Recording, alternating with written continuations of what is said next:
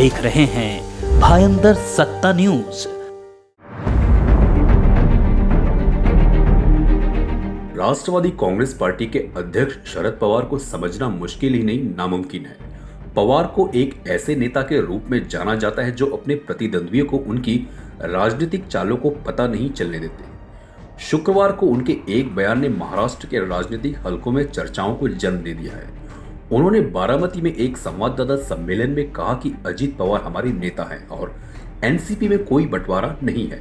उनके इस बयान के राजनीतिक हलकों में कई मायने निकाले जा रहे हैं। शरद पवार बीजेपी के साथ हैं या ऑल इंडिया अलायंस के साथ, इसे लेकर भी असमंजस बढ़ गया है। हालांकि वरिष्ठ राजनीतिक विश्लेषक अभय देशपांडे ने शरद पवार के खेल के पीछे एक अलग राजनीतिक अर्थ बताया है। सूत्रों की माने तो शरद पवार के ऐसा बयान देने के पीछे 2-3 कारण हैं। अजीत पवार ने राष्ट्रवादी कांग्रेस पार्टी के खिलाफ अलग रुख अपनाया है। पार्टी ने उनके खिलाफ अयोग्यता याचिका दायर की है। उधर अजीत पवार ने चुनाव आयोग से कहा है कि उनकी एनसीपी ही असली पार्टी है। इसीलिए अब राजनीतिक तौर पर सोचे तो शरद पवार के बयान से सरकार में शामिल हुए अजीत पवार की विश्वसनीयता पर सवाल उठेंगे। बीजेपी और शिवसेना शिंदे गुट के नेताओं और मतदाताओं के बीच अजीत पवार की भूमिका को लेकर भ्रम बना रहेगा। ऐसे में अजीत पवार के लिए सरकार में एकजुट होना मुश्किल होगा।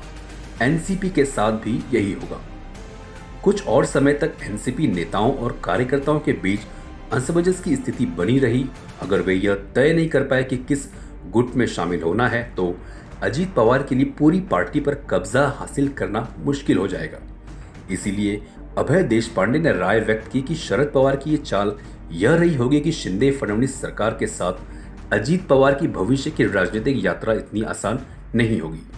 शिवसेना और एनसीपी के बीच बगावत और फूट की प्रकृति लगभग एक जैसी है। विधायकों का एक बड़ा समूह भी एनसीपी से अलग होकर अजीत पवार के साथ आ गया है। इन विधायकों के पीछे महाशक्ति भी खड़ी है। हालांकि कई सालों का अनुभव और कूटनीति रखने वाले शरद पवार ने स्थिति को इस तरह से संभाला कि अजीत पवार के साथ साथ अन्य नेताओं में भी असमंजस की स्थिति बनी हुई है। भविष्य में अजीत पवार और शरद पवार एक साथ भी आ सकते हैं।